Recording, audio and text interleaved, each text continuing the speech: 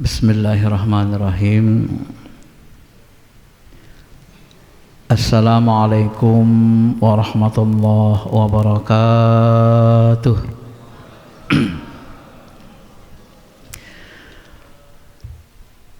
Alhamdulillahi rabbil alamin, wal aqibatu lil muttaqin, wala udwana illa 'alal zalimin.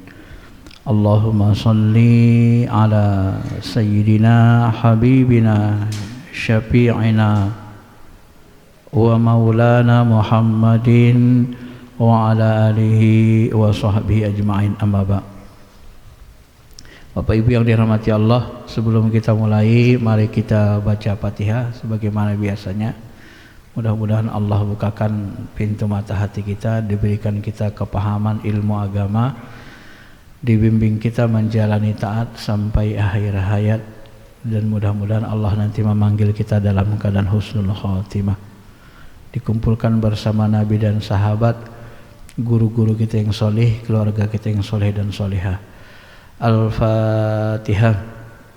A'udzu billahi minasyaitonir rajim. Bismillahirrahmanirrahim. Alhamdulillahirabbil alamin, arrahmanirrahim, iyyaka na'budu wa iyyaka nasta'in, shiratal ladzina an'amta 'alaihim. Bapak Ibu yang dirahmati Allah Subhanahu wa taala, pada pagi ini kita membahas tentang tafsir Mau'uzatain, tafsir surah Al-Falaq dan surah An-Nas, ya.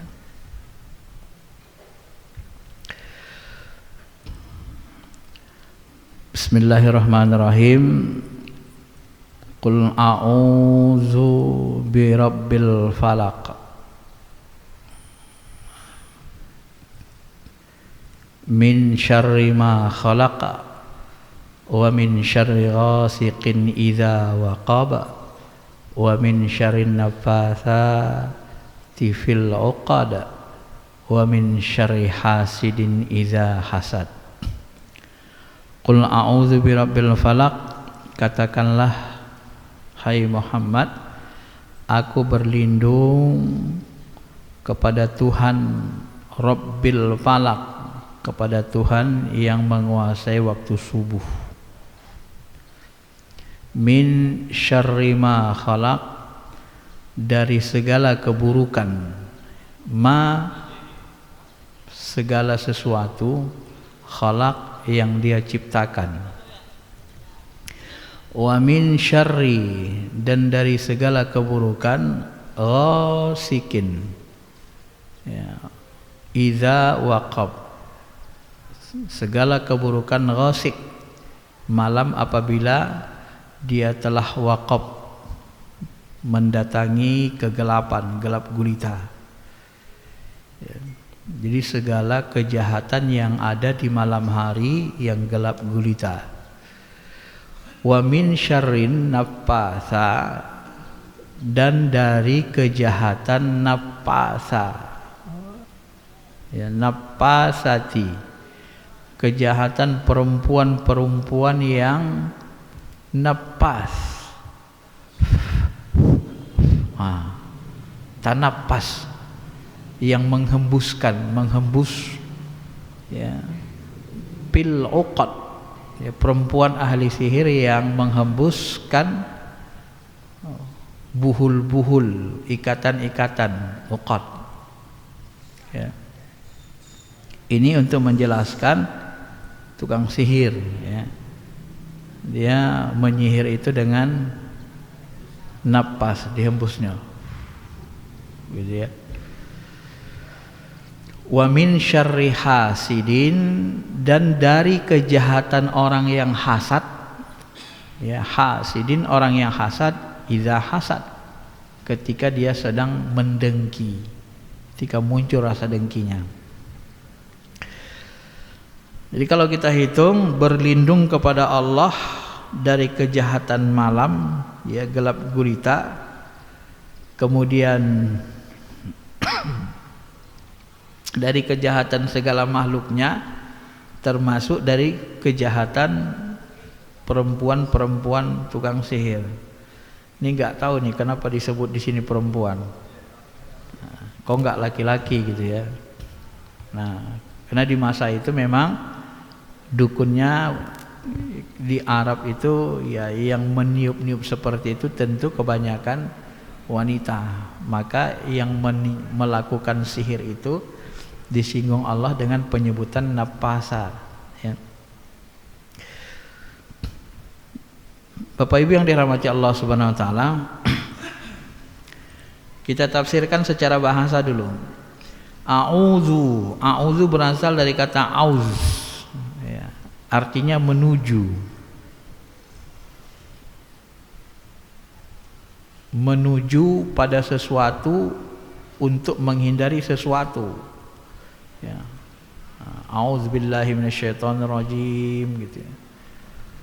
Aku menuju sesuatu untuk menghindari sesuatu gitu ya. Jadi auzi ini kita meminta perlindungan, kita menuju Allah untuk berlindung kepada Allah, ya, menuju Allah untuk berlindung kepada Allah dari segala sesuatu yang buruk. Itu kan. Itu yang disebut dengan auz. Ya.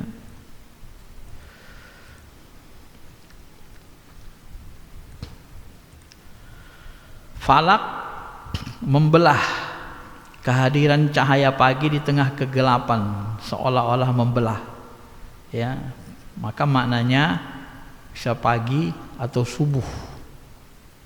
Rabbil falak, aku berlindung kepada Tuhan yang menguasai waktu yang terbelah, waktu subuh. Nah, ya.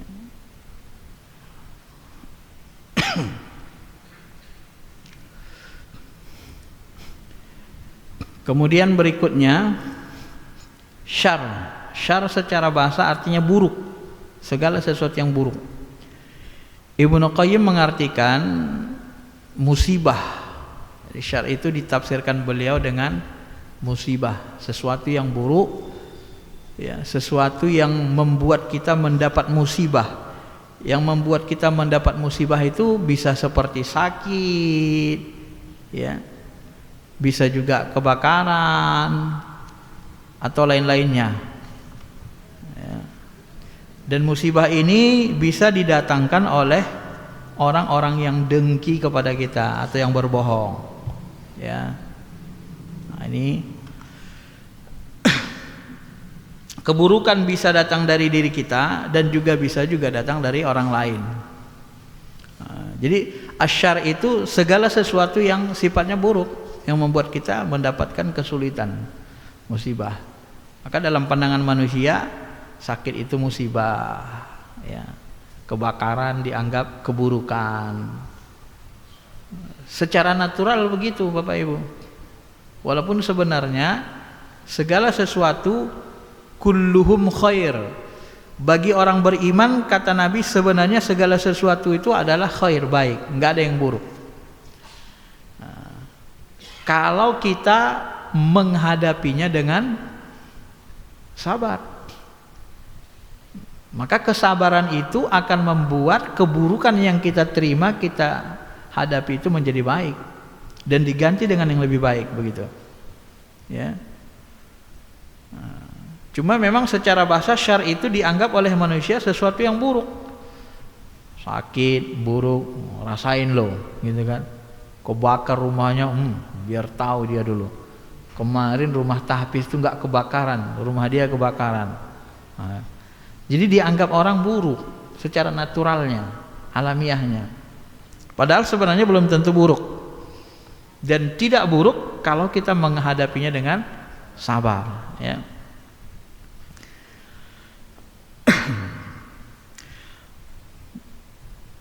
Bapak Ibu yang dirahmati Allah Subhanahu wa taala. Kemudian ma khalaq. Ma itu secara bahasa adalah yang diciptakan, segala sesuatu yang diciptakan, ya.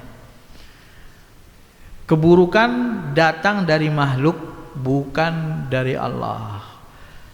Nah, Jadi jangan sesekali menyandarkan keburukan itu dari Allah Ta'ala. Ada orang mencuri, kamu kok berani-beraninya mencuri? Aku udah ditakdirkan Allah ini mencuri, katanya. Ini paham Jabariyah, paham sesat. Kalau ada orang kayak gitu ngomong, ya bilang aja, berarti kamu ini sudah ditakdirkan masuk penjara ini. Kan gitu kan. Dilanjutin aja. Nah, kalau hukum Islamnya berarti kamu udah ditakdirkan dipotong tangannya ini. Nah, gitu. Jangan giliran mencurinya dari Allah, giliran potong tangannya nggak mau dia, nggak, katanya nggak dari Allah, dari kita kan. Nah, artinya Bapak Ibu yang dirahmati Allah, maka ulama sering mengatakan kan, sesuatu yang buruk datang dari diri saya, yang baik datang dari Allah Subhanahu wa Ta'ala. Itu adab, dan itu memang begitu hukumnya, ya. Jadi segala sesuatu yang kejahatan yang Allah ma khalaq, yang diciptakan, yang dari makhluknya, ya. Ayat ini sekaligus menolak adanya dualisme Tuhan, yaitu keyakinan agama lain ada dua Tuhan, cahaya dan cahaya, ya, kebaikan dan kegelapan. Jadi dalam keyakinan sebahagian agama kan ada Tuhan yang baik, pengasih, ada Tuhan yang jahat, Tuhan perusak. Ya, dalam Islam tidak begitu. Kalau dalam Islam Allah hanya mencipta.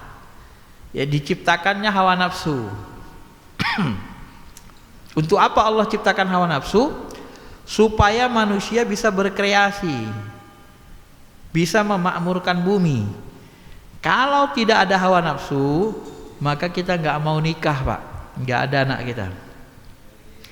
Kalau kita nggak punya hawa nafsu, ini masjid ini nggak kebangun begini. Ya paling mungkin dari tepas-tepas saja kan, apa adanya. Kalau nggak ada hawa nafsu. Jadi hawa nafsu itu Allah ciptakan sebenarnya untuk yang baik, untuk memakmurkan bumi. Tapi ketika hawa nafsu tidak terkendali, wah itu dia. Ketika dia tidak terkendali, maka dia tidak peduli mana hak, mana batil. Ya, suami orang suaminya, istri orang istrinya, mobil orang mobilnya, ya, duit orang duitnya, nggak peduli dia. Diambilnya aja. Ini bahaya. Ini hawa nafsu. Karena hawa nafsu itu pokoknya dia harus terpenuhi, sama dia begitu. Maka di hawa nafsu itu bukan dibunuh, disuruh Allah dikendalikan. Karena hawa nafsu nggak bisa dibunuh. Ya, dikendalikan dia. Ya. Wa nahan nafsa 'anil hawa, menahan nafs. Jadi nafs kita, jiwa kita itu dinahan, ditahan.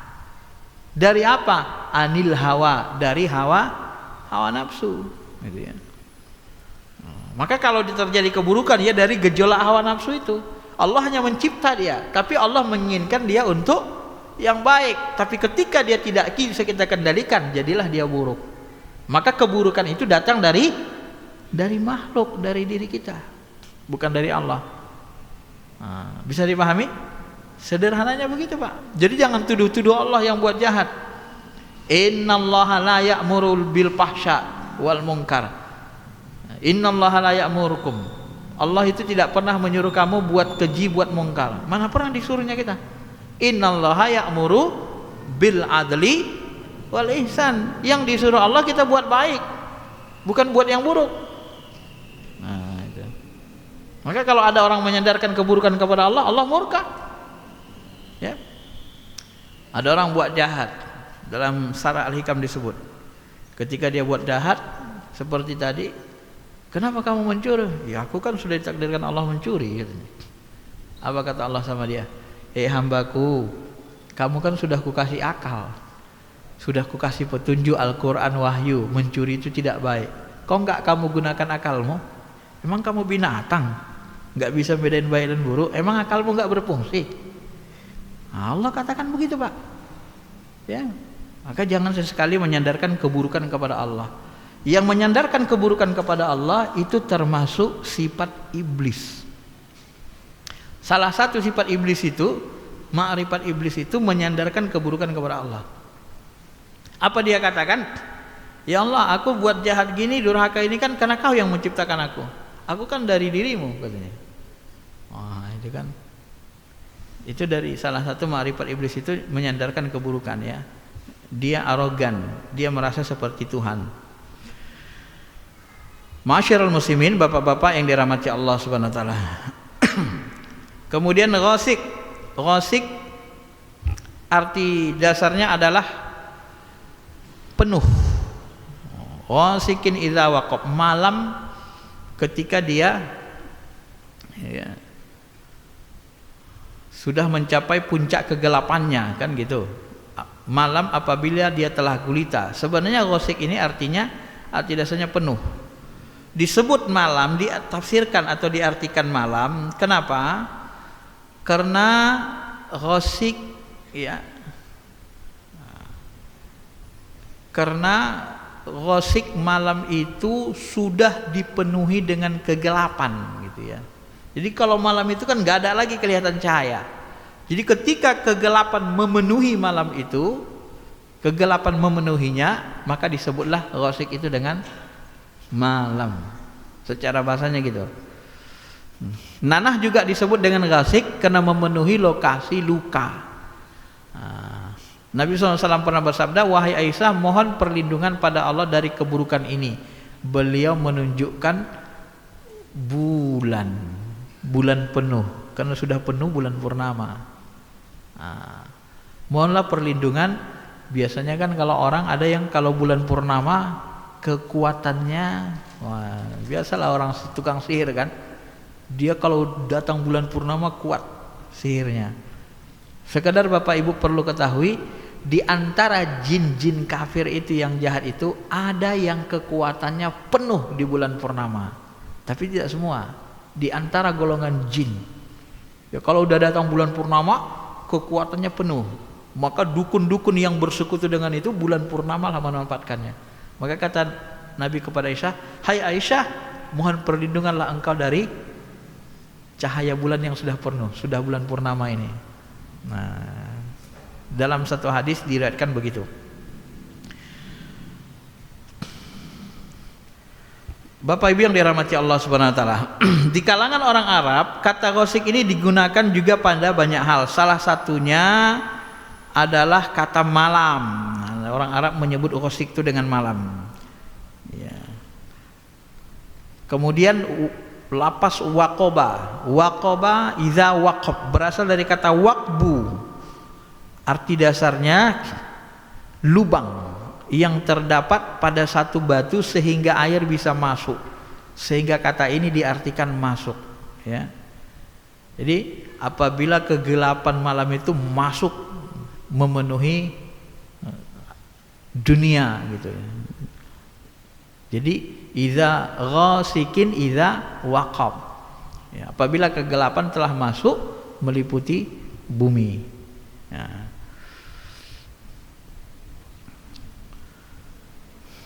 Kemudian kata napas. Napas jamak dari kata napasah. Artinya adalah meniup sambil menggerakkan lidah namun tidak mengeluarkan ludah. Gitu kan? Ditiupnya gerakkan lidah kayak ular gitu ya. Tapi enggak mengeluarkan ludah. Bukan tiup, bukan gitu. Kalau tiup gitu itu keluar H2O. Nah, jadi tiupan itu tiupan yang gitu dia kan. Nah, kira-kira gitulah. Makanya kalau mengobatin pun dukun itu mirip sebenarnya dengan orang-orang ahli ma'rifat.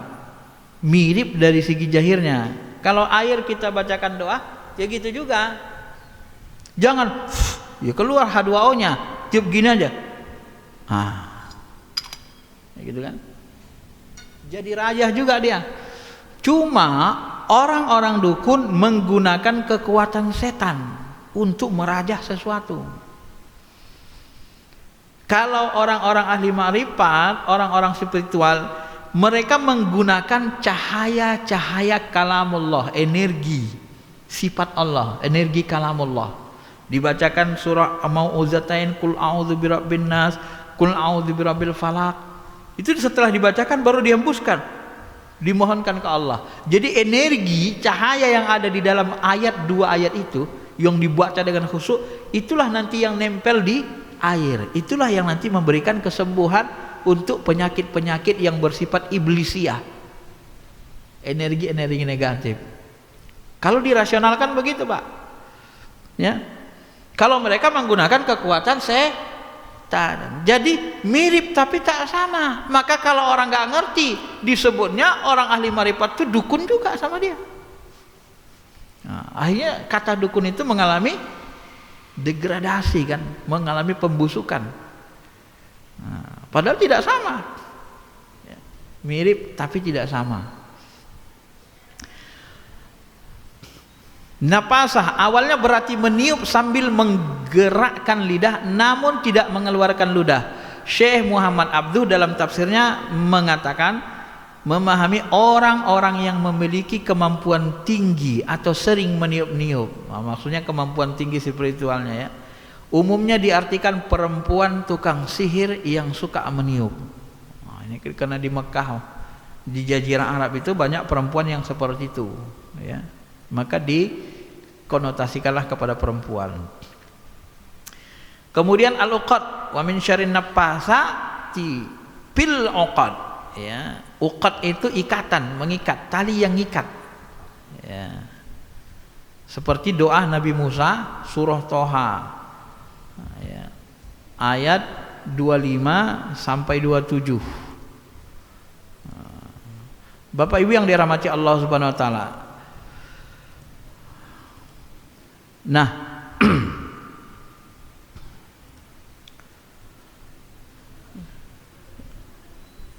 ada yang pernah lihat ini, lihat apa namanya, orang-orang yang suka menteluh gitu, taruh boneka.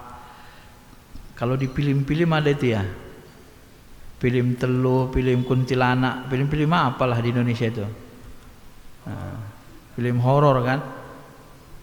Jadi boneka itu nanti diikat dia kan, ya kan, dikasih ikatan pakai tali, kadang ada jarumnya, ya, diletakkan nanti di atas bunga macam-macam, ya. Nah, jadi berlanjut sihir yang di sana juga di Indonesia juga ada kan. Nah, itulah tali-tali yang mengikat itu, ya. Coba kita lihat surah Toha ayat 25-27. Ini doa Nabi Musa.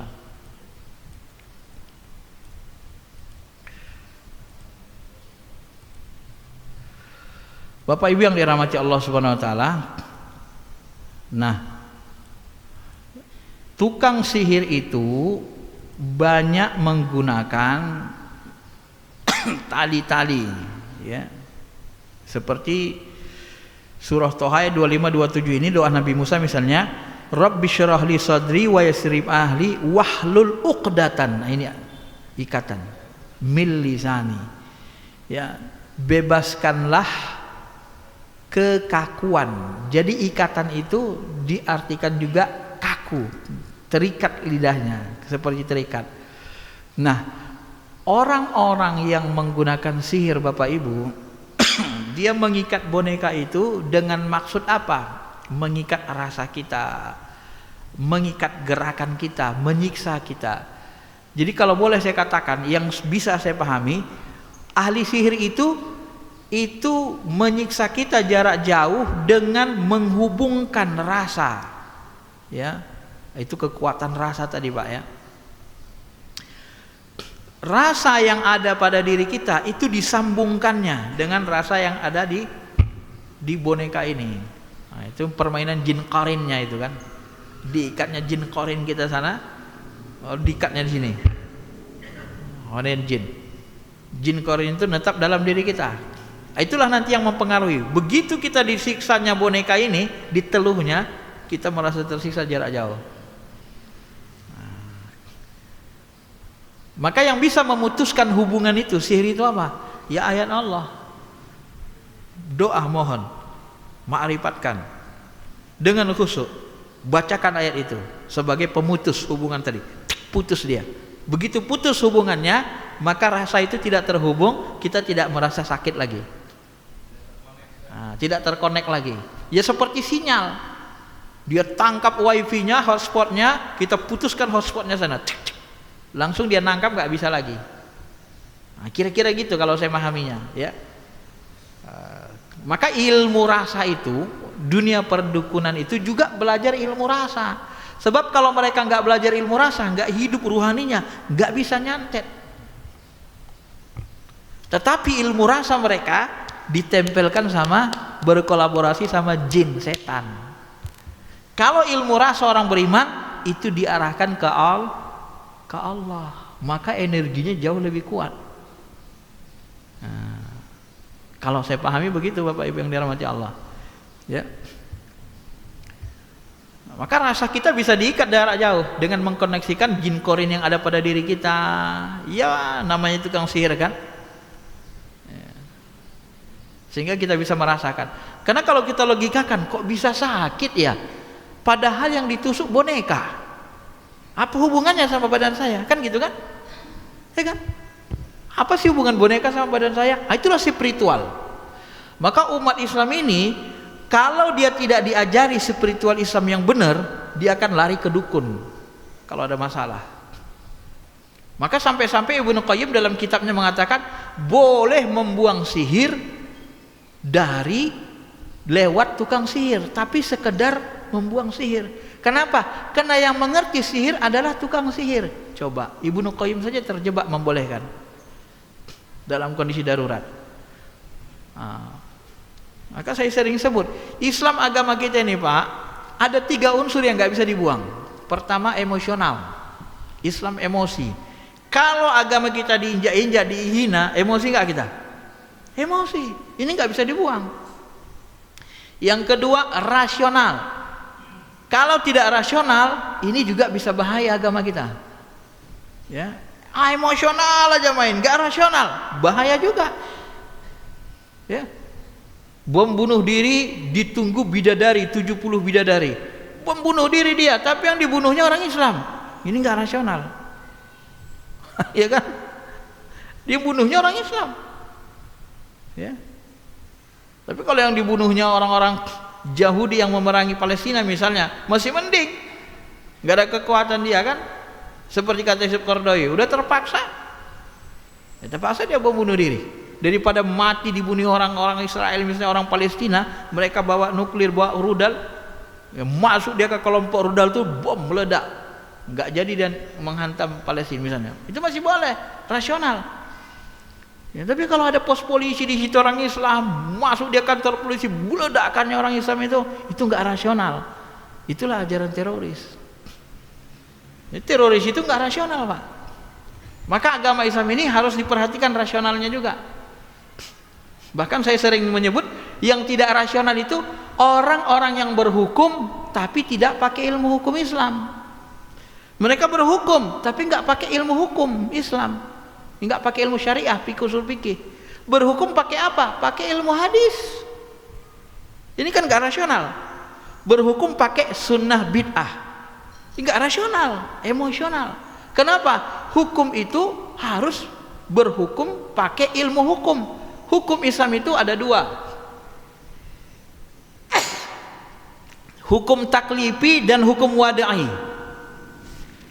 Hukum taklifi itu yang 5, wajib, sunnah atau anjuran, nadab, ya, haram, mubah, makruh, mubah, 5. Nah, kalau kita mau menghukumi satu ibadah pakai yang 5 ini. Apa hukum kamu? Sholat 5 waktu, wajib. Sholat rawatib, sunnah, anjuran. Ya, meninggalkan sholat, haram. Kalau sholat jungkir-jungkir balik, haram. Ya, kalau salaman sesudah sholat, boleh. Wong salaman sesudah sholat, kok udah sholat kok boleh. Yang nggak boleh salaman waktu ruku, lagi ruku. Subhanallah, kamunya rupanya. Kita kan satu kampung. Batal sholatnya Pak. Tapi kalau kalam, assalamualaikum warahmatullahi wabarakatuh, selesai sholat, salaman kita, apa masalah? Oh sudah selesai sholat. Nah, ini orang fikih Pak. ngerti dia hukum. Tapi kalau orang nggak ngerti hukum, salaman sesudah sholat, bid'ah. Bid'ah bukan hukum. Ya, bukan hukum bid'ah. Bid'ah itu sesuatu yang tidak dilakukan Nabi. Yang tidak dilakukan Nabi hukumnya banyak, 5 juga. Sunnah Nabi hukumnya banyak, 5 juga sunnah Nabi. Ada sunnah wajib, ada sunnah yang sunnah anjuran, ada sunnah yang haram. Nikah lebih dari 4 sunnah Nabi tapi haram. Ada sunnah Nabi yang makruh. Ya, kata Nabi, Aisyah, nanti kalau aku meninggal kuburkan aku di sini ya, di rumahku ini, di rumah Nabi sebelah masjid. Datang Pak Imam, Pak Najir, nanti kalau aku meninggal kuburkan aku di rumahku ini ya, seperti Nabi Muhammad. Tiap rumah itu ada kuburan. Mau ikut Nabi begitu? Mau ikut sunnah itu? Nah, maka berhukum itu pakai hukum 5. Jangan berhukum pakai sunnah bid'ah. Itu enggak rasional. Sunnah bid'ah itu bukan hukum Islam. Semua ibadah itu dihukumi pakai hukum 5. Ya, paham? Nah, ini harus agama itu rasional juga, jangan emosional saja.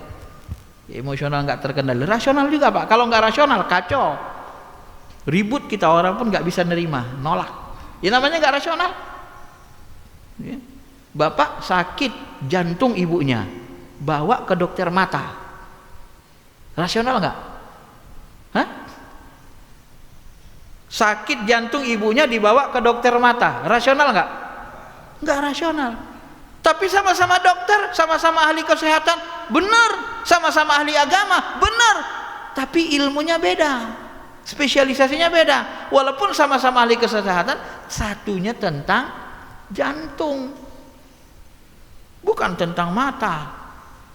Sama-sama ahli agama, tapi satunya tentang ilmu syariah, ilmu hukum Islam, bukan ilmu hadis. Paham Pak? Nah, itu rasional. Yang ketiga namanya spiritual. Dalam Islam itu ada spiritual. Itulah ilmu ihsan. Iman itu menggunakan ro'yu dan wahyu, akidah. Islam menggunakan fikih, ro'yu juga kan. Kalau iman menggunakan lebih kepada emosional, ya. Ihsan itu lebih kepada spiritual. Nah, maka saya sering mengatakan kepada jemaah, kalau nggak ada wali songo generasi pertama yang diutus itu adalah Syekh Subakir, 9 ulama. Sebelum Syekh Subakir datang ke tanah Jawa, itu banyak pendakwah Islam, orang-orang syariat yang mati disantet, diteluh. Ada ribuan orang, kata Gus Muafik. Beliau ngambil referensinya dari kitab Babat Tanah Jawa, ya, kitab sejarahnya orang Jawa. Itu mati Pak, bermatian ribuan orang disantet. Kenapa? Enggak ada spiritualnya, baca Quran aja, tapi enggak ngerti spiritual Islam. Maka bermimpilah Sultan Mahmud II, tolong kata Nabi, kirim ulama 9 orang, jangan kurang. Kalau meninggal tambah 1 lagi, dan harus disertakan ulama yang ahli spiritual, harus ada. Itulah Syekh Subakir. Teliti-teliti di googling Syekh Subakir itu ternyata adalah turunan cicitnya Salman Al-Farisi. Salman Al-Farisi ini siapa? Ternyata mursyid tarekat Naqsabandiyah, Abu Bakar Salman Al-Farisi, ya. Kemudian anak Abu Bakar, terus sampai ke Yazid Bustami, Bahuddin Naqsabandi. Nah, jadi orang tarekat itu kan spiritualnya tinggi, itu biasanya turun ilmunya ke anak cucu. Jadi cicit Salman Al-Farisi. Walaupun ada mengatakan dia ada darah Imam Alinya, tapi sebagian mengatakan dia Salman Al-Farisi. Kalau dari Imam Ali lebih kuat lagi kan. Nah, itu Syekh Subakir. Nah, Syekh Subakir inilah yang datang ke Magelang, di Gunung Tidar kuburannya sampai sekarang. Ya, dialah yang menundukkan Raja Jin Tanah Jawa. Bapak bisa bayangkan, Raja Jin Tanah Jawa, dialah yang menundukkannya dengan spiritualnya yang tinggi. Baru Islam bisa masuk ke Tanah Jawa. Kalau nggak ada wali songo, nggak ada spiritual tinggi, iya bermatian semua. Nah, Maka orang-orang yang membuang spiritual Islam dalam Islam ini sebenarnya nggak ngerti sejarah. Ini melemahkan Islam. Ya. Nggak bisa bedai mana spiritual Islam aliran putih dengan spiritual hitam aliran setan. Kalau nggak ada spiritual putih, nggak ada orang-orang tarikat para mursyid, dukun-dukun itu merajalela berbuat kejahatan. Yang sekarang aja pun orang merajalela, main santet, main teluh, main apa lagi, main susu, ya kan? Ada susu konde, susu apa macam-macam, ya kan? Ya macam-macam. Ya. Yang bisa menundukkannya siapa? Orang-orang yang dekat dengan Allah, yang kalau dia berzikir jin itu langsung ketakutan, bisa kebakar. Itu dari dalam zikirnya Pak, dari ruhani. Kalau zikirnya lisan, nah ya makanya kalau ada orang kerasukan nggak gampang. Orang kerasukan ya kalau jin-jin kacangan dibacanya mauzatain bisa pergi kan. Tapi kalau jinnya yang kuat gundurwo dibaca mauzatain nggak keluar-keluar dia. Ya, malah ada jin yang bandel, diajarinya pula kita. Kita baca ayat kursi, salah ayat kursimu itu. Ya, kok aku disalahkan? Tajwidnya salah, bukan begitu cara bacanya katanya. Kaget kita kan? Ya ada yang seperti itu. Nah, itu jin yang bandelnya kan? Nah, bagaimana menghantamnya?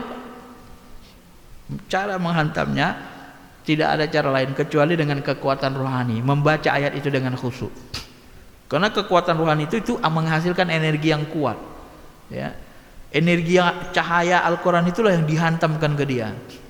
Makanya kalau kita perhatikan misalnya salah satu contoh spiritual putih seperti kalau di Indonesia kan ada di TV itu siapa namanya?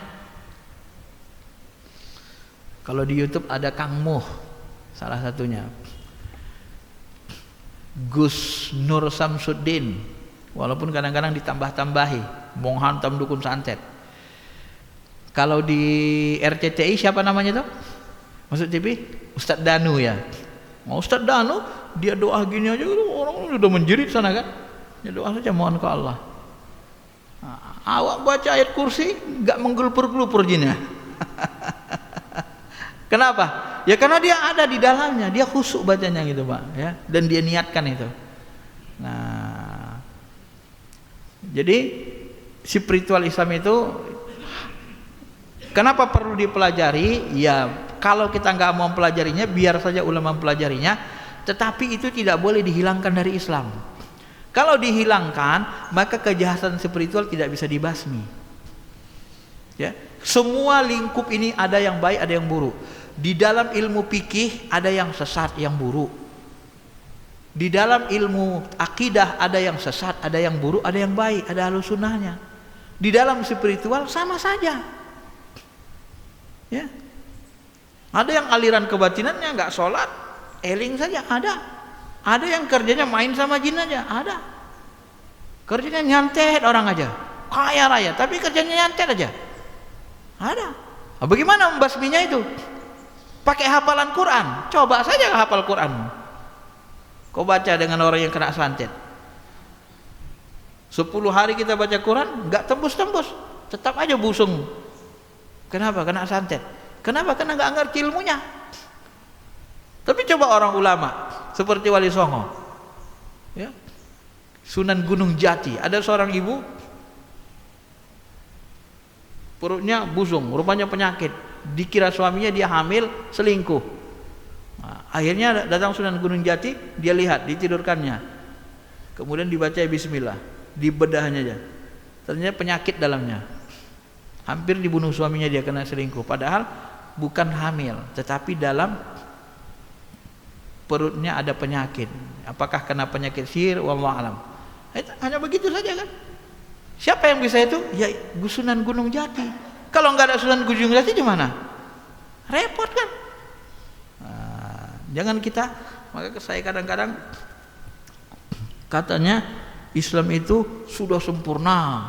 Giliran dalam spiritual dia bingung gimana cara ngatasinya. Nggak ada ilmunya. Tapi dia tolak. Nggak ada Sunan Kalijaga itu nggak ada. Sunan sesat. Wah kan? Orang-orang seperti ini nggak paham karena nggak mau belajar ilmu agama yang banyak. Kalau dia belajar ilmu agama yang banyak, dia akan terima itu. Sayangnya dia tidak mendalami, tidak belajar ilmu agama yang banyak, menutup diri. Makanya Allah tutup hatinya. Orang-orang yang menutup diri dari satu ilmu, otomatis dia tertutup, terkunci dari ilmu itu. Tapi kalau dia mau membuka, open minded, dia buka hatinya, dia pelajari bagus-bagus, dia teliti, dia analisis, oh begini rupanya, oh begini rupanya, kenapa ini bisa diputus, oh ternyata begini teori ilmunya, kenapa orang-orang yang disantet itu bisa dilepas santetnya, oh begini-begini dan seterusnya. Ya, karena ini surah ini memang berkaitan dengan sihir.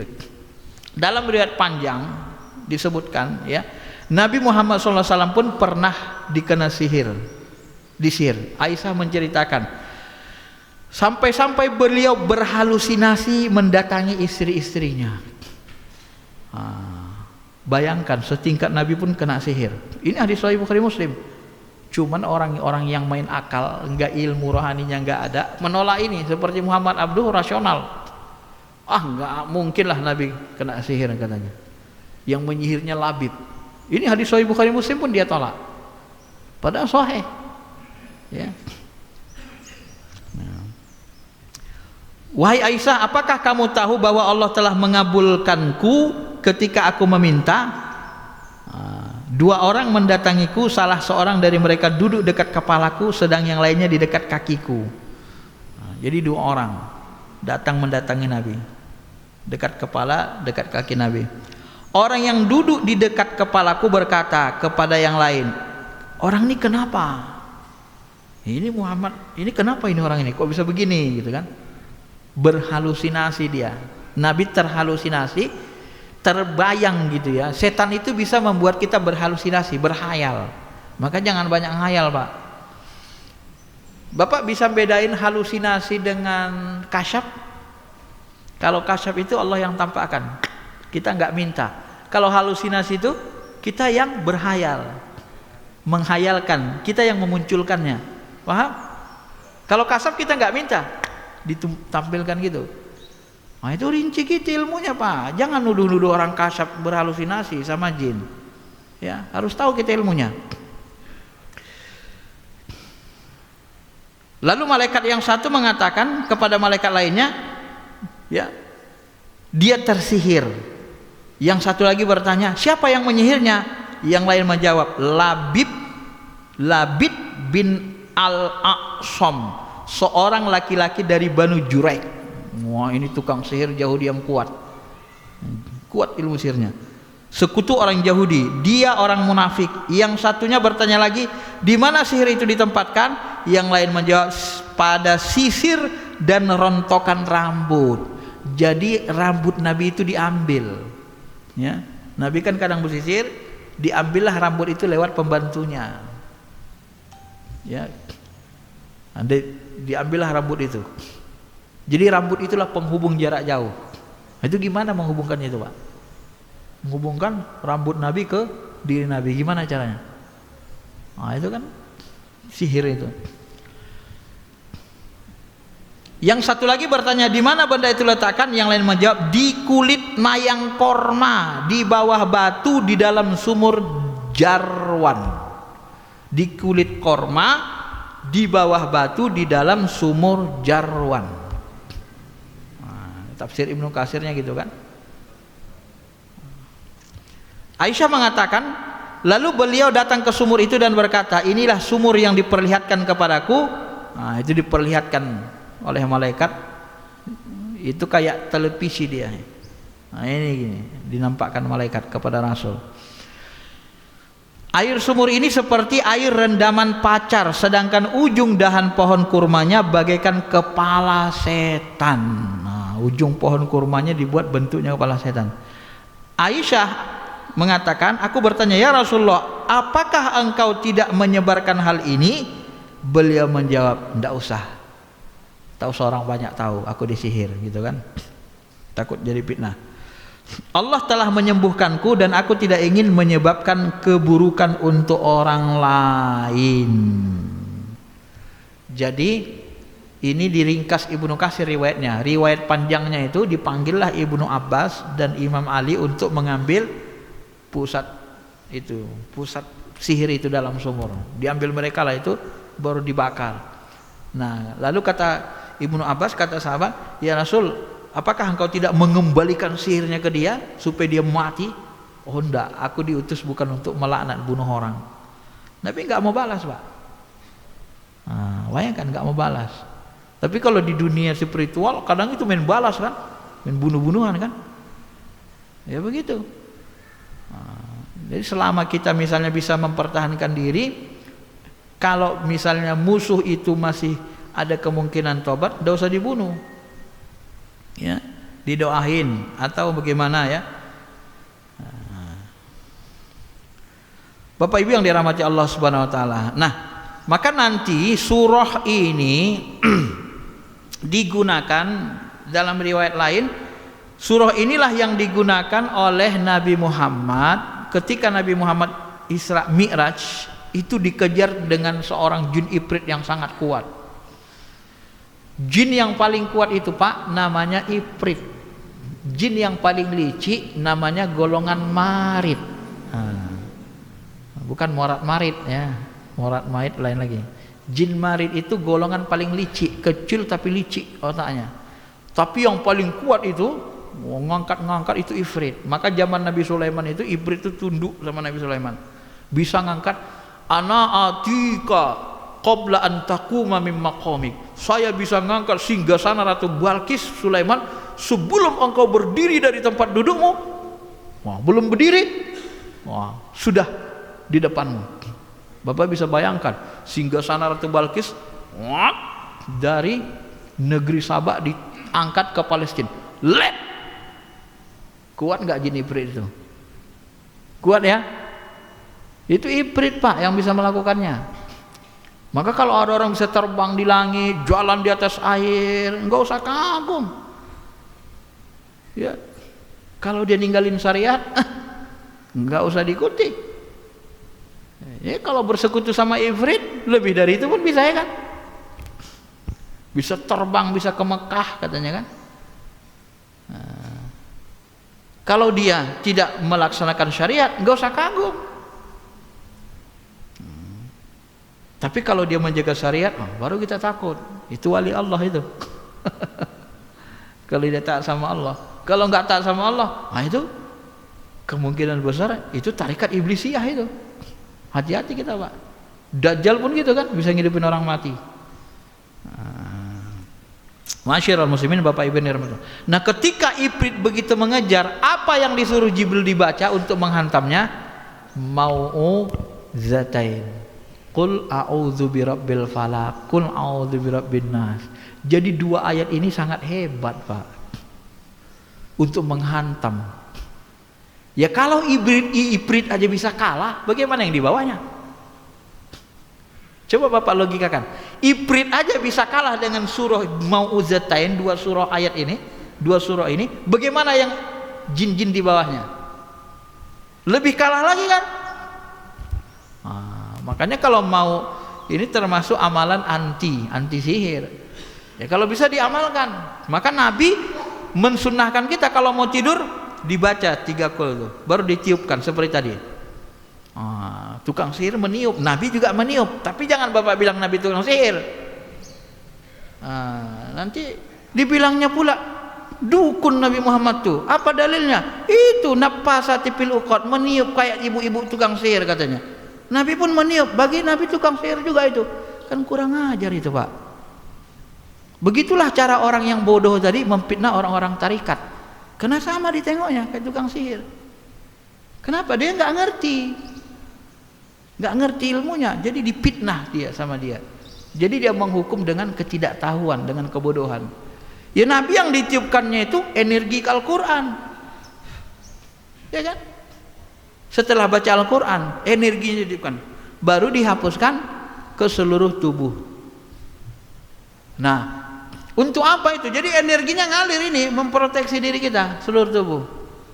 Ya mudah-mudahan dia bentuk cahaya ngalir, proteksi. Begitu ada serangan, dia kita nggak mempan, karena ada proteksi, ada pelindung. Itu sebenarnya, Pak. Ya, makanya setan itu Dalam hadis sahih kan dikatakan, apabila kita tidur bangun, setan ya narik mata kita ini supaya enggak mau bangun. Ya. Diberainya kita, entah dia apa-apainya, katakan supaya tidur aja. Begitu kita bangun, apa yang kita lakukan? Doa. Putus ikatannya, diikatnya kita putus. Wudu, putus lagi ikatannya, 3 ikatan. Salat tahajud kita putus lagi ikatannya, baru terasa segar kita. Itu sampai 3 ikatannya. Jadi ada setan yang suka memang kerjanya ngikat orang. Hati-hati Pak. Tidur lajang. Lajang umurnya sudah 39 tahun, nggak mau nikah. Tiba-tiba sering mimpi jumpa cewek cakep dalam mimpinya, sering mimpi. Akhirnya dia nggak mau nikah. Udahlah, udah sering kok lihat cewek cakep dalam mimpi katanya. Itu setan yang mempermainkan mimpi kita. Ada setan khusus untuk itu Pak, supaya kita nggak mau berusaha, malas, supaya kita merasa cukup dengan yang di mimpi saja. Jadi ada setan yang khusus bermain di alam mimpi, menjebak kita, mempengaruhi. Setan tuh banyak sekali Pak, ampun dah golongannya. Yang menggoda kita di waktu wudu, yang minum darah orang-orang apa mengalahirkan itu, ya itu yang bentuk setannya kuntilanak, hihihi katanya kan, jin juga itu setan. Makanya jangan sembarang buang darah itu, jangan sembarang dibuang ya, baca doa. Hari-hari itu kenapa diletakkan di situ api? Kan dibuat orang tua kita lilin kan. Hari-hari, kalau orang Jawa bilang itu apa namanya? Kayak apa itu istilahnya? Kembaran ya. Nah, itu. Dikasih api lilin. Itu kenapa dikasih api lilin? Ya supaya jangan dihirup.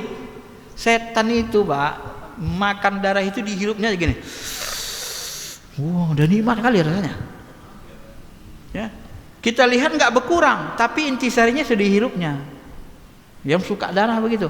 Ada yang suka makan darah. Ada setan jin ini banyak sekali golongannya.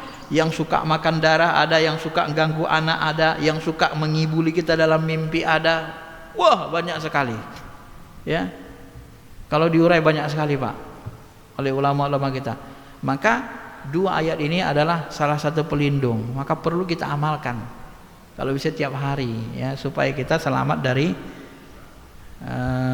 kejahatan-kejahatan setan. Saya kira itu saja dulu Pak tafsirnya ya. Penjelasannya mudah-mudahan bisa dipahami. Ada yang mau tanya silakan. Baik Bapak-bapak, Ibu-ibu, apakah ada yang bertanya? Ustaz Asep.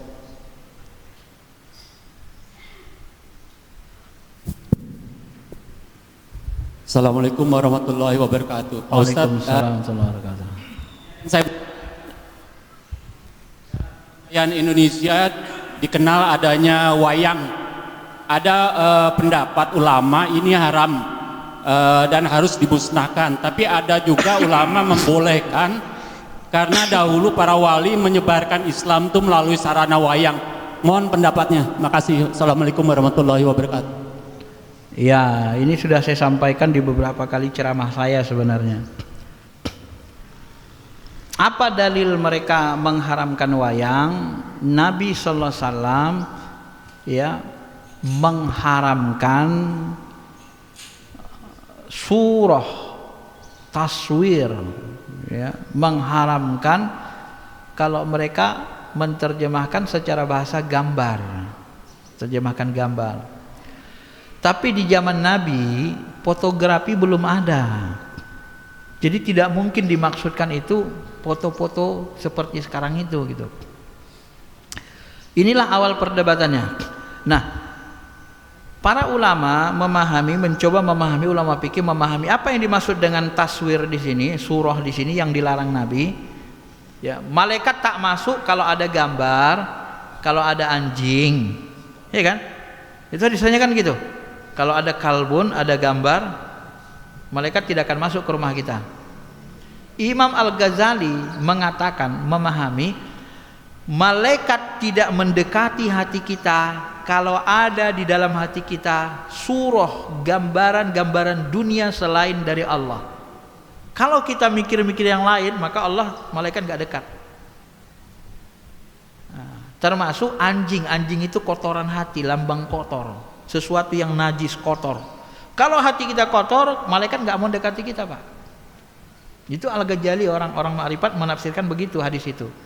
Nah, kalau di dalam fikih syariat yang dimaksud di situ adalah patung, gambar 3 dimensi. Ya. Kenapa patung itu diharamkan Nabi di rumah, malaikat nggak masuk? Ya karena patung itu dipuja, dimuliakan. Ya kayak patung berhala, maafnya seperti patung Buddha atau patung apa gitu kan, taruh di rumah itu nggak masuk malaikat, Pak. Ya, nggak mau masuk dia. Malaikat Rahman gak mau masuk.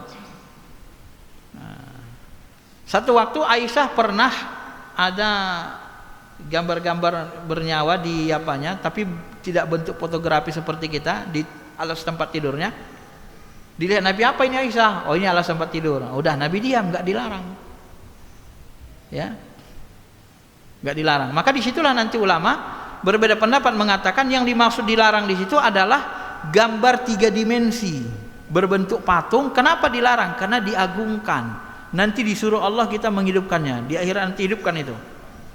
Disuruh kita ngasih nyawanya. Karena dianggap menandingi Allah gitu ya. Nah, itu yang dilarang. Itu kalau itu disepakati ulama. Adapun gambar-gambar, misalnya gambar presiden, wali songo, ya kan? Kalau saya di rumah saya itu ada gambar wali songo, wali-wali. Saya pajang. Itu menurut ulama boleh. Pertama dia tidak 3 dimensi. Yang kedua dia bukan untuk diagungkan, disetarakan dengan Tuhan. Ya. Tidak diagungkan untuk disetarakan dengan Tuhan. Tidak untuk disembah. Maka terjadi perdebatan wali songo ini. Wayang itu nggak boleh, kata Sunan Kalijaga. Kenapa nggak boleh? Karena dia seperti bentuk patung. Kan bukan untuk disembah. Udah gini aja, wayang itu dipenyetkan saja. Kan wayang bentuknya penyet, jadi papan, Pak kan? Nah, dipenyetkan gitu, ditipiskan, jadi nggak kayak patung. Kemudian fungsinya apa? Fungsinya untuk sejarah, mengambil itibar. Maka Sunan Kalijaga itu mendekatinya lewat budaya wayang. Ini wayang ini diceritakan Semar, ini orang jahatnya, ini orang baiknya, bagaimana? Itu diceritain. Untuk apa? Untuk mengambil itibar pelajaran, seperti drama. Tetapi dramanya drama hikmah kehidupan. Nah, jadi Wali Songo Sunan Kalijaga ini hikmah orangnya, Pak. Ini saya kasih tahu ilmu rahasianya.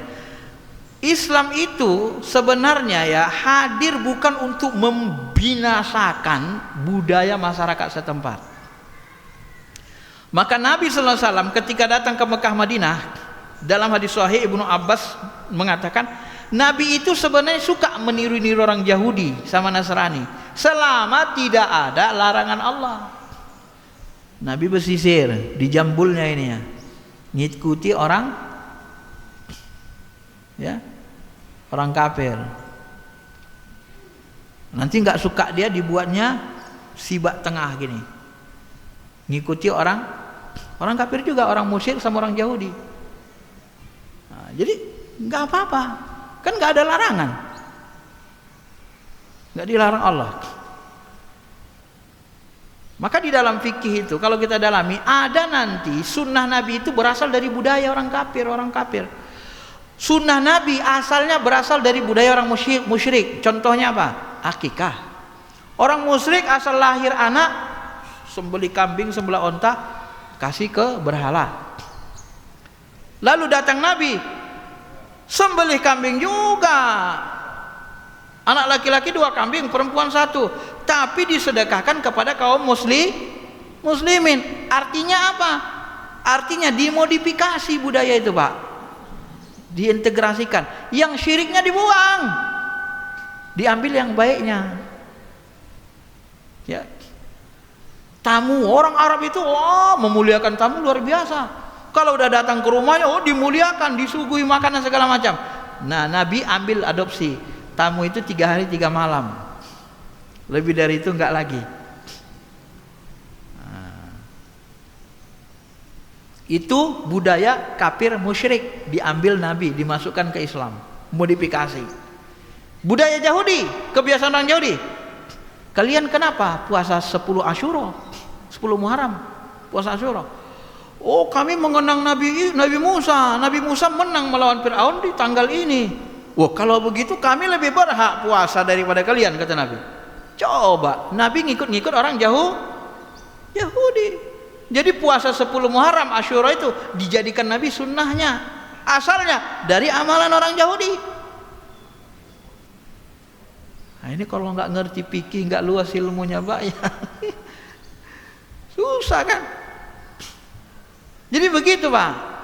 Jadi Nabi itu menghindari perang itu. Jadi budaya-budaya itu diambil, yang baik-baiknya, yang kufur-kufurnya dibuang. Kenapa? Karena budaya manusia ini beragam. Dan Sunan Kalijaga itulah kebijaksanaannya. Maka hadirnya Islam ke tanah Jawa itu tidak dengan pertumpahan darah, nggak ada perang. Yang perang itu nanti kerajaan-kerajaannya, Pak. Ya. Tapi, nah ini hati-hati. Ini saya kasih tahu ilmunya. Tapi di tanah Padang, ini mohon maaf nih ya, bukan untuk menyinggung orang Padang.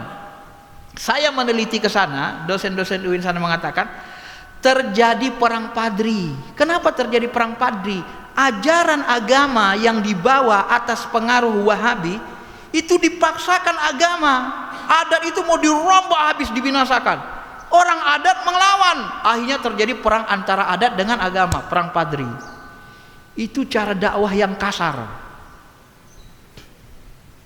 Bapak mau pilih mana? Mendakwahkan Islam dengan perang padri atau dengan Sunan Kalijogo? Yang lebih mendekati sunnah, Sunan Kalijogo, Pak. Halus mainnya, tiba-tiba orang sudah Islam semua tanah Jawa. Kenapa? Karena adat itu bukan untuk dibinasakan. Kehadiran Islam bukan untuk membinasakan adat. Likulli ja'alnakum syir'atan wa minhaja. Tiap-tiap umat ada syariatnya masing-masing. Ya. Syariat Nabi Adam beda. Nabi Adam boleh nikah adik-beradik kandung. Boleh kan? Syariat Nabi Muhammad nggak boleh.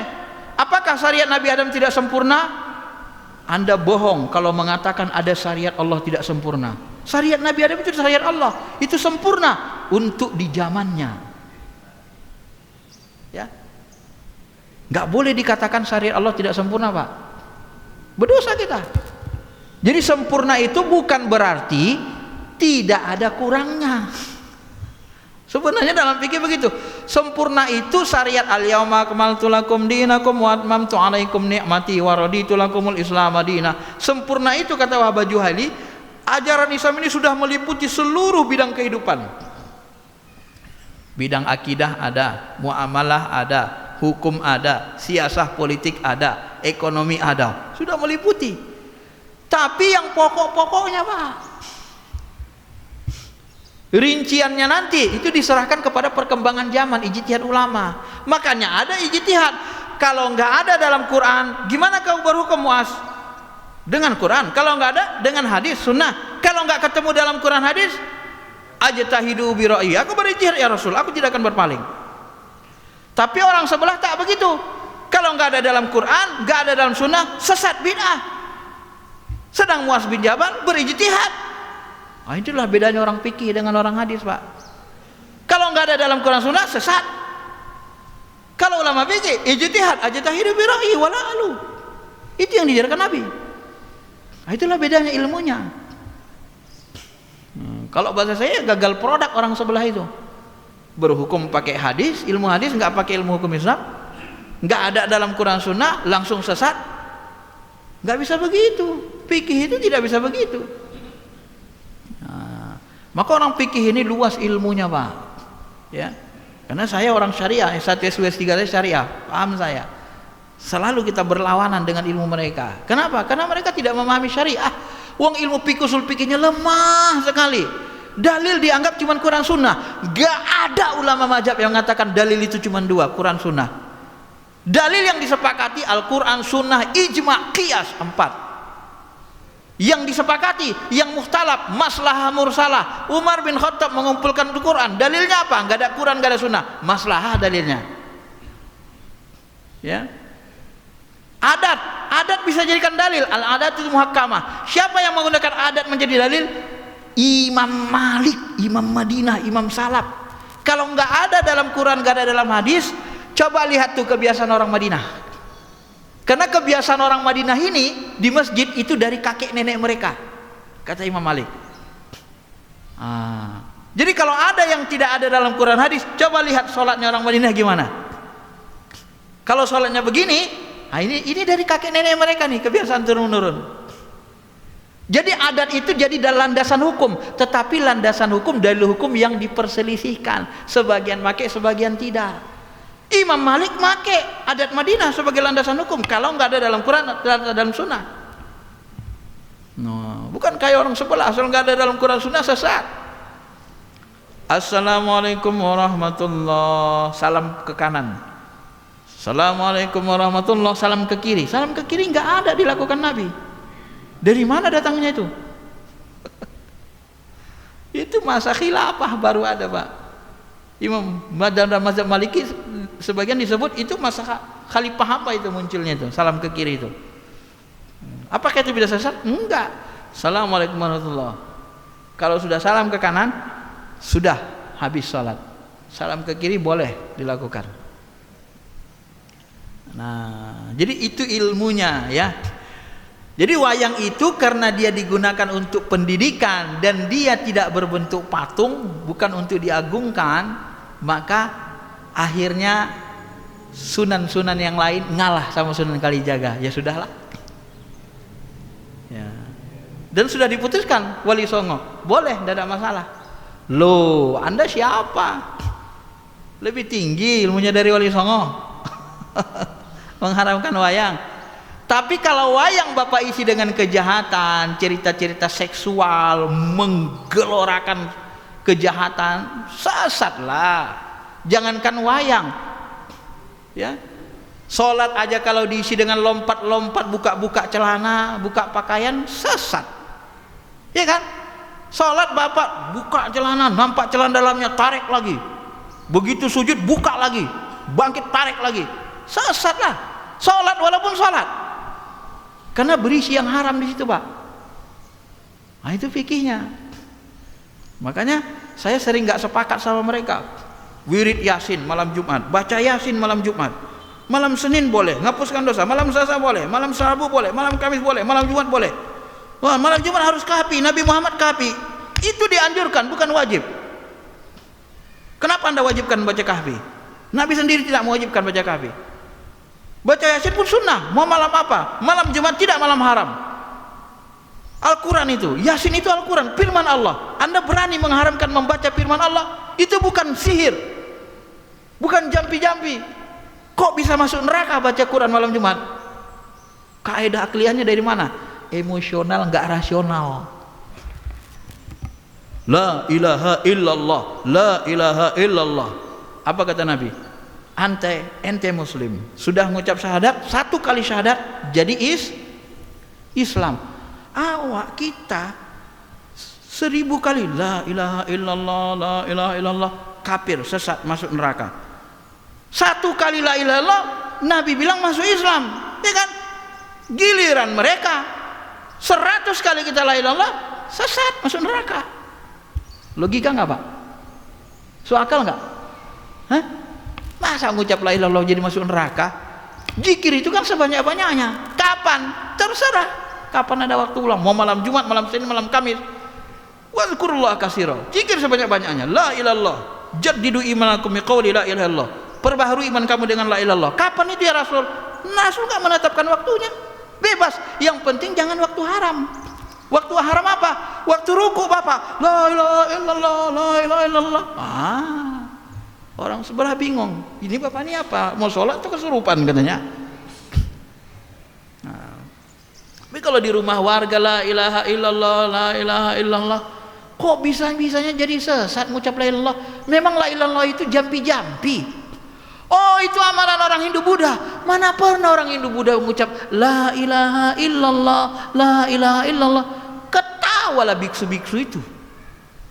Coba tanya biksu-biksu, Bapak pernah mengucap la ilaha illallah? Zikir la ilaha illallah? Kata mereka. Kapan mereka zikir la ilaha illallah?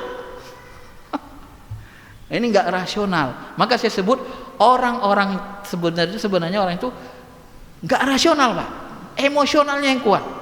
Jadi emosional tapi enggak rasional. Kenapa? Karena berhukum enggak pakai ilmu hukum tadi.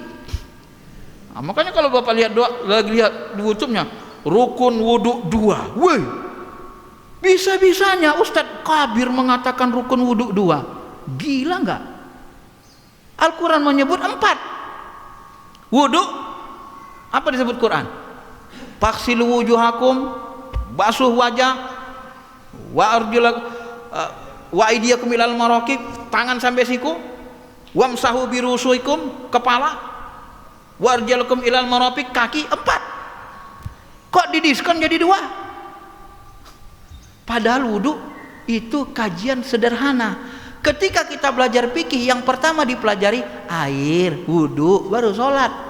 Ya bayangkan, itu kan kajian dasar fikih. Kenapa bisa rukun wudhu 2 disamakan dengan tayamum? Tayamum sama wudhu saja sudah beda kok. Tayamum itu menyapu sampai sini, nggak sampai siku, karena tidak ada kata marofik di dalam tayamum. Wudhu sampai siku. Kok nggak bisa bedain tayamum sama wudhu? Malah pakai kias, ayatnya udah jelas. Nah, itu kerusakan-kerusakan baik. Itulah pertanda kelompok ini sebenarnya, kalau bahasa saya, nggak ngerti fikih, usul fikih dengan baik, nggak paham. Ya, dalil tuh banyak, bukan Quran Sunnah aja. Dan ulama salam menggunakan dalil kias, menggunakan dalil maslahah Umar bin Khattab, Imam Malik menggunakan dalil adat, Imam Syafi'i nanti menggunakan dalil lagi istishab. Ya, aku sudah wudhu apa enggak? Udah batal enggak wudhuku? Aku mau sholat. Apa dalilnya coba? Kalau kita ragu wudhu kita batal apa tidak, apa dalilnya? Apa yang kita lakukan? Enggak ada dalam Quran Sunnah kalau ragu diulangnya apa tidak. Udah sholat aja. Kenapa kita sholat aja? Al yakinu la yuzalu bisyak. Yakin kita. Karena kalau batal, kalau kita sering jaga wudhu, kalau batal wudhu pasti kita sadar. Logikanya kan gitu. Kalau kita jaga wudhu, kalau batal wudhu pasti kita sadar wudhu kita batal, Pak. Nah, kalau kita merasa tidak ada yang membatalkan wudhu, kita langsung sholat, memang wudhu kita nggak batal. Yakin kita wudhu kita tidak batal, tidak bisa dihantam oleh keraguan. La yuzalu bisyak. Dalilnya apa? Dalilnya istishab. Dalilnya karena di awal kita sudah berwudhu, maka sekarang kita anggap kita sudah berwudhu. Bukan Al-Quran, hadis dalilnya, bukan Quran Sunnah. Itu dalil mukhtalaf kan. Maka banyak sekali, Pak, ya. Selama mereka tidak mendalami fikih usul fikih dengan baik, selama itu nanti mereka tidak akan bisa rasional dalam berhukum. Itu pasti, karena ilmu hukum itu adalah ilmu fikih usul fikih. Nah, tidak bisa mengandalkan ilmu hadis saja. Mana bisa kita menghukum? Comot ayat, comot hadis, keluarin hukum. Enggak segampang itulah. Ya. Itulah yang membuat umat kita sesat. Baca tekstual ayat hadis, keluarin sendiri hukum. Metodenya kan ada. Kullu bid'atin dolalah. Kata kullu itu, coba lihat metode kata kullu itu. Bagaimana usul fikih memahami kata kullu? Apakah kullu itu jami li afrodihi, jami untuk seluruh afrodnya, atau ada pengecualiannya? Itu ada kan. Lapas-lapas mustarok, lapas-lapas mubham, lapas, belum lagi nanti kita akan membahas tentang takwil ayat-ayat akidah. Nanti gini lebih jelas lagi nanti. Bagaimana ulama salaf mentakwilkan ayat akidah yang mereka memahaminya secara jahil. Oke, saya kira itu aja, Pak, ya. Mudah-mudahan bisa nambah ilmu, bisa dipahami lah. Waktunya udah keenakan nih, udah 6:30. Mungkin cukup pakai.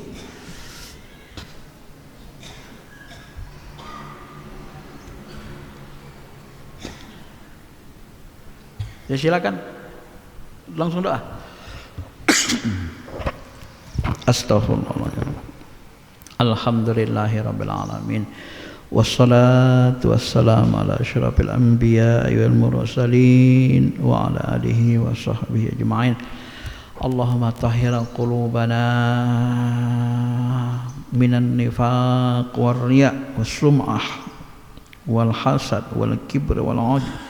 Ya Allah ya Rahman ya Rahim, bersihkan hati kami dari segala sifat-sifat yang tercela ya Rahman. Ampuni dosa kami, orang tua kami, anak istri, keluarga kami. Ampuni dosa umat kekasih Muhammad Muhammad sallallahu alaihi wasallam ya Allah. Sampaikan salam kami kepada nabi kami, kekasih kami, nabi kami Muhammad sallallahu alaihi wasallam ya Rahman ya Rahim ya Arhamar Rahimin. Ya Allah, nas'aluka imaman adila wa imanan kamila. Berikan kami keimanan yang sempurna, yakin yang benar, pemimpin yang adil, pemimpin yang soleh. Jadikan orang-orang soleh yang memimpin bangsa negeri kami ya Rahman. Berikan kami istri yang soleha, suami yang soleh, anak-anak yang soleh dan soleha ya Rahman. Jadikan hati kami hati yang khusyuk, yang tunduk kepadamu. Jadikan ibadah kami ibadah yang khusyuk. Terima segala amal ibadah kami, sempurnakan kekurangannya. Berikan kami kemudahan dunia dan akhirat. Mudahkan urusan dunia kami, mudahkan urusan akhirat kami. Takdirkan kami menjadi orang-orang yang bahagia di dunia dan di akhirat, orang-orang yang soleh ya Allah. Terimalah segala amal ibadah kami. Terimalah segala amal ibadah kami, sempurnakan segala kekurangannya. Berikan kami istiqamah dalam kebaikan, keimanan, ketakwaan, dan kelak panggil kami dalam keadaan husnul khatimah. Jika kami kembali kepadamu, panggil kami dalam keadaan husnul khatimah ya Allah. Dalam keadaan hati kami rindu, cinta, rindu kepadamu ya Allah. Rindu berjumpa kepadamu ya Rahman. Dalam keadaan hati kami mengingatmu, munajat, bukan dalam keadaan kami lupa dan lalai serta bermaksiat kepadamu. Rabbana atina fid dunya hasanah wa fil akhirati hasanah wa qina adzabannar. Wa sallallahu ala khairi khalqihi nabiyyina Muhammadin wa ala alihi wa sahbihi ajma'in. Walhamdulillahi rabbil alamin.